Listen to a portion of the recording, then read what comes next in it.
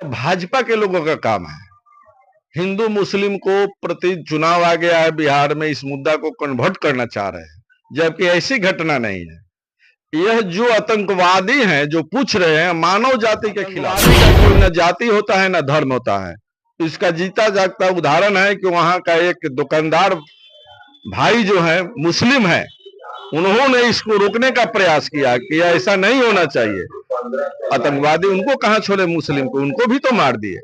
तो भाजपा को यह देखना चाहिए कि इसको कन्वर्ट मत कीजिए, उच्च स्तरीय जांच कराइए। यथाशीघ्र होता है तो उसका जिम्मेवार कौन होता है? तो चौकीदार। तो देश का चौकीदार कौन है? इसकी सारी जिम्मेवारी हमारे चौकीदार महोदय की है। अभी तक यह नहीं किए कि हमारे पुलिस प्रशासन की विफलता के कारण हुआ या किसके कारण प्रशासन द्वारा या केंद्र सरकार द्वारा कोई भी सुरक्षा मुहैया नहीं कराई गई थी। और यह तांडव नाच 45 मिनट से लेकर 1.5 घंटा तक हुआ। वहां न प्रशासन का कोई आदमी आया, न सरकार के तरफ से, स्टेट सरकार के तरफ से आया कोई, न भारत सरकार के। यह पूर्णतः सरकार की, चौकीदार की जांच होनी चाहिए और दोषी पर कार्रवाई होनी चाहिए। और मैं जन सुराज के तरफ से यह मांग करता हूं कि मृत परिवार के जो हमारे वहां भारत के नागरिक वहां जिनके साथ आतंकी घटना में शहीद हुए हैं, मृत हुए हैं, उनके परिवार को सैनिकों जैसा मुआवजा मिले और मान सम्मान मिले।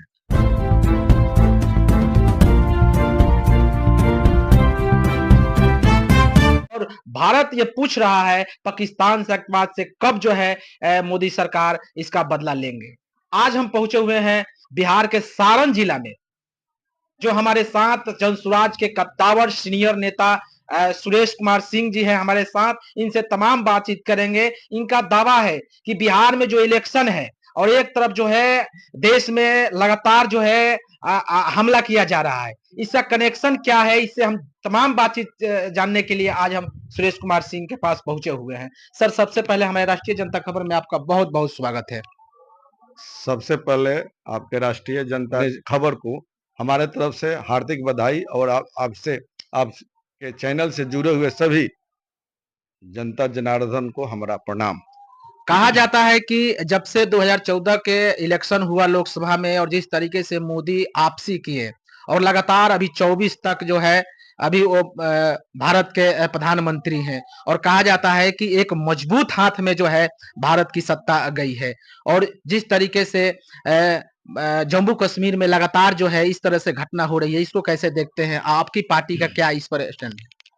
सबसे पहले तो मैं जो पहलगांव में घटना हुआ है, जन सुराज उसको घोर निंदा करता है और उस मृत आत्मा की शांति के लिए हम लोग ईश्वर से प्रार्थना करते हैं कि शांति, और इस दुख के घड़ी में उस सब परिवार के साथ जन सुराज हृदय से हर तरह से उन लोगों के साथ है।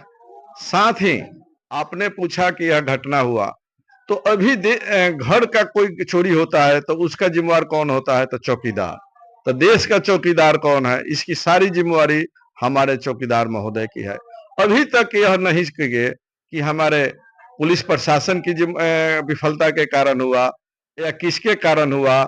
हमारे भाजपा के एक निष्कांत दुबे नेता है जो अपने 15वां या कितना वर्षगांठ जम्मू कश्मीर में मनाने गए थे, उनके लिए 200-400, उनके सुरक्षा में 200-400 फोर्स लगाई गई थी।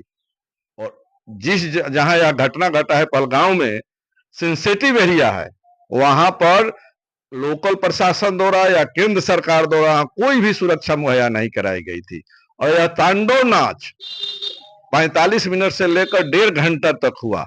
वहां न प्रशासन का कोई आदमी आया, न सरकार के तरफ से, स्टेट सरकार के तरफ से आया कोई, न भारत सरकार के।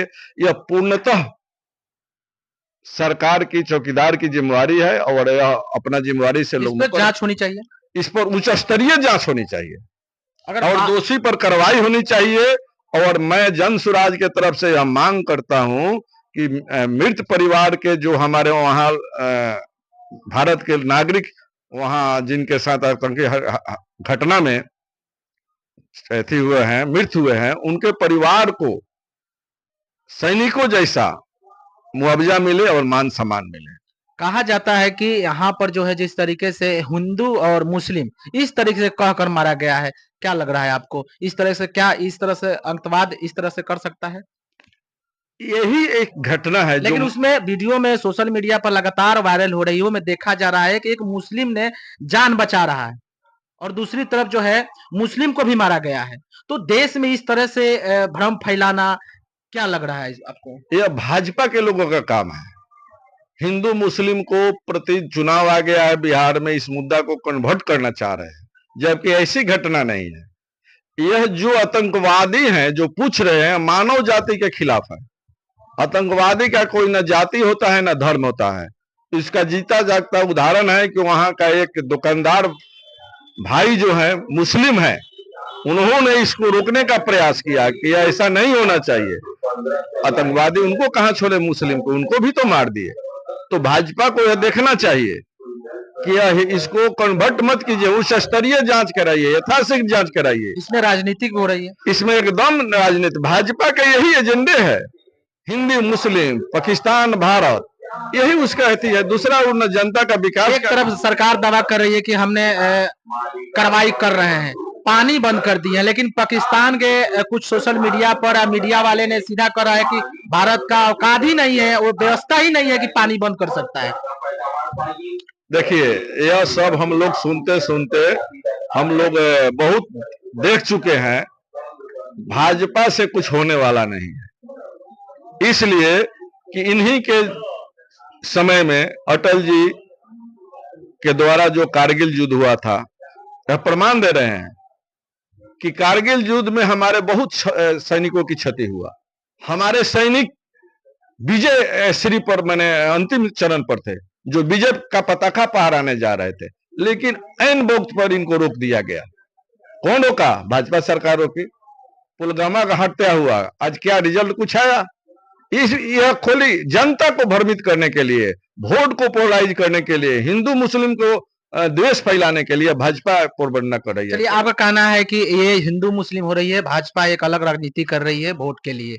लेकिन बिहार के चुनाव की अगर बात किया जाए, इसी साल कुछ महीना के बाद चुनाव है, जन स्वराज दावा कर रही है, आप लोग दावा कर रहे हैं कि बिहार में जो है सत्ता परिवर्तन, व्यवस्था परिवर्तन आप लोग करिएगा। क्या वजह, क्या आप लोग रोड मैप बनाए हैं और आप लोग के पास वो कौन सा जादू है कि आप लोग इतने बड़े बड़े गठबंधन जो है, दोनों तरफ जो मजबूती से गठबंधन है, आपको कैसे उस चुनौती को स्वीकार कीजिएगा? क्या है आपके पास प्लान?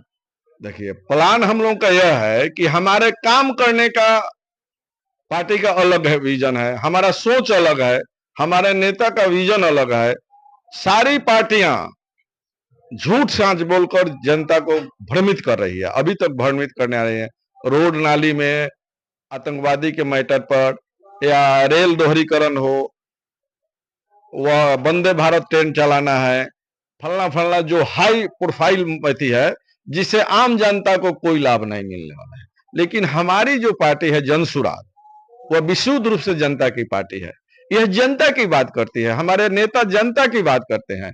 पदयात्रा का मुख्य कारण है, हमारे नेता भी चाहते, जितना संसाधन खर्च हुआ पार्टी को गठन करने के लिए 2 साल 2.5 साल पैदल चलने के बाद, तो वहां पटना से लंच करके और मीटिंग करके कर सकते थे पार्टी की घोषणा, लेकिन नहीं। हमारे पार्टी के नेता पदयात्रा का मुख्य उद्देश्य उनका यही था कि हम लोगों के बीच जाएंगे, जनता के मूलभूत समस्याओं को समझेंगे, और वह सारी समस्याएं हमारे जन स्वराज के कंप्यूटर में लोड है कि क्या मूलभूत समस्या है, और उस सभी समस्याओं को गेन करके, एकत्रित करके 5 मुख्य जो बिहार बदलाव की हम लोग बात करते हैं, जनता की बात करते हैं, बिहारियों की बात करते हैं, नौजवानों की बात करते हैं, किसानों की बात करते हैं, महिलाओं की बात करते हैं, सशक्तिकरण की, रोजगार पर बात कर रहे हैं, पलायन पर बात कर रहे हैं। ऐसा हिम्मत है किसी पार्टी के पास जो विकास पर हमारे नेता के साथ, हम लोग के साथ बैठकर डिबेट कर सके? यह बात जो जनता की मूलभूत है, जिससे बिहार विकसित होगा, बेहतर होगा, भविष्य बदलना, किसी के पास नहीं। लेकिन आप तो एक नई पार्टी लेकर आए हैं, जनता कैसे विश्वास करेगी? क्योंकि दोनों गठबंधन के पास अगर कहा जाए कि लाखों की संख्या में कार्यकर्ता है, और लाख की संख्या में अगर आपकी कार्यकर्ता की अगर बात किया जाए तो 1500 पूरेंगे, तो इस तरह से कैसे लड़ाई देंगे? इस गठबंधन को, दोनों गठबंधन को? यही तो हम लोग चाह रहे हैं। हम लोग किसी नेता के फेर में और किसी पार्टी के फेर में नहीं है।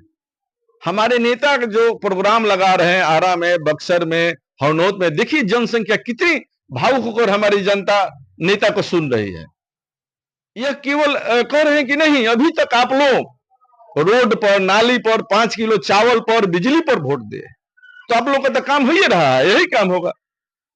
फिर भी बिहार शिक्षा में, स्वास्थ्य में 28वां स्थान, हर चीज में, विकास में। आपको लगता है कि जनता, बिहार की जनता विश्वास करेगी जनसुराज पर? जरूर करेगी।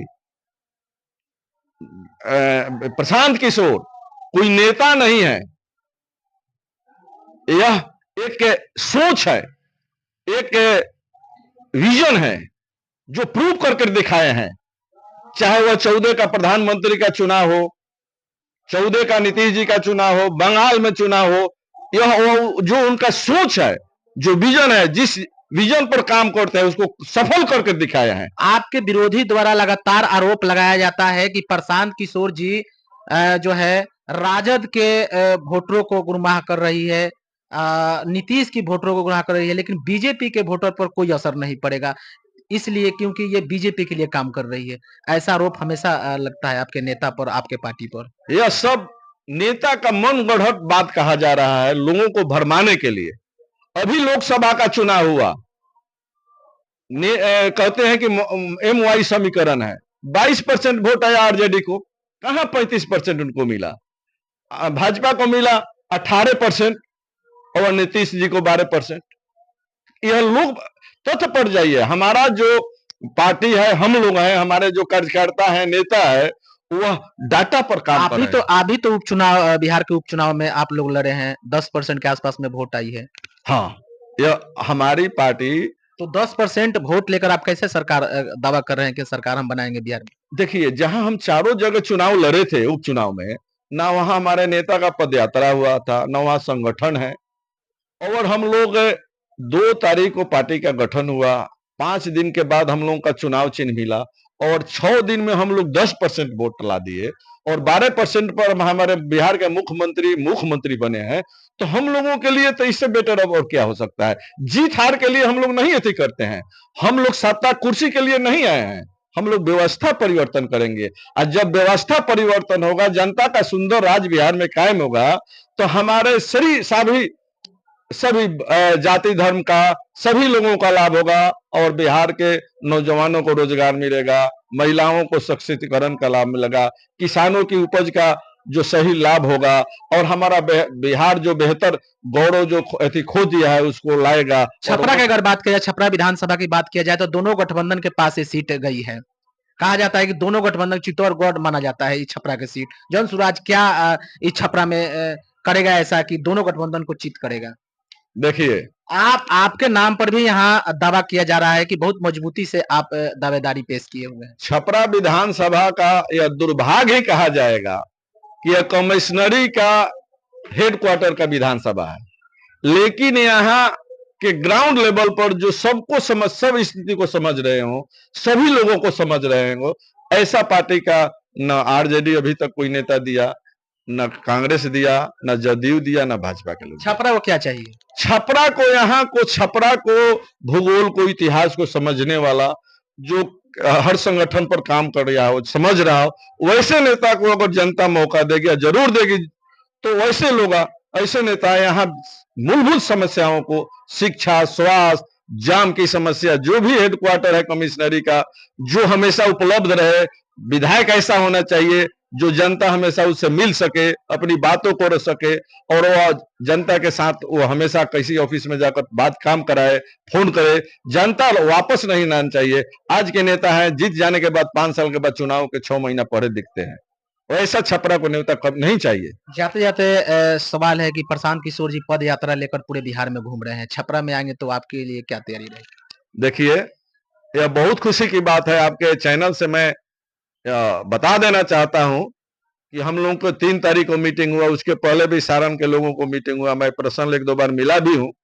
मैं प्रस्ताव रखा था कि सर आपका पदयात्रा सारण जिले में हुआ, उसमें सब जगह हुआ, छपरा नगर हम लोग उसको नहीं, कहीं नहीं प्रोग्राम लगा, ना डिबीरगंज में लगा। हम लोग चाह रहे हैं, हम चाह रहे हैं कि सिताब दियारा जो जयप्रकाश बाबू का आधुनिक भारत के गांधी कहे जाते हैं, और जो इंदिरा गांधी के भ्रष्ट सरकार को उखाड़ फेंके, उनके जन्मस्थली सिताब दियारा है, जो छपरा विधानसभा में पड़ता है, सारण जिला में पड़ता है। वहां एक आपको मीटिंग लगना चाहिए, उससे हम लोग के पार्टी को बहुत लाभ मिलेगा और अच्छा होगा। तो आशा ही नहीं, पूरा विश्वास है। पिछले प्रेस कॉन्फ्रेंस में 5-6 दिन पहले हमारे नेता प्रोग्राम कर दिए, 20 के पहले जो प्रेस कॉन्फ्रेंस किए थे, कि हम बदलाव यात्रा सारण के सिताब देरा से स्टार्ट करने जा रहे हैं। आशा ही नहीं, पूरे बिहार में इसकी लहर जाएगी। चलिए, बहुत बहुत धन्यवाद सर बात करने के लिए। धन्यवाद। जिस तरीके से 3 कोणीय मुकाबले के लिए प्रशांत किशोर जी पूरे बिहार में पद यात्रा से लेकर परिवर्तन यात्रा निकाल रहे हैं, लगातार मेहनत कर रहे हैं। आने वाले समय में ये देखा जा रहा है क्या प्रशांत किशोर जी सचमुच जो है दोनों गठबंधन के बीच में जो लड़ाई किस तरह से देंगे, नज़र हम लोग बनाए हुए हैं। तब तक के लिए राष्ट्रीय जनता खबर से बने रहिए। धन्यवाद। जय हिंद।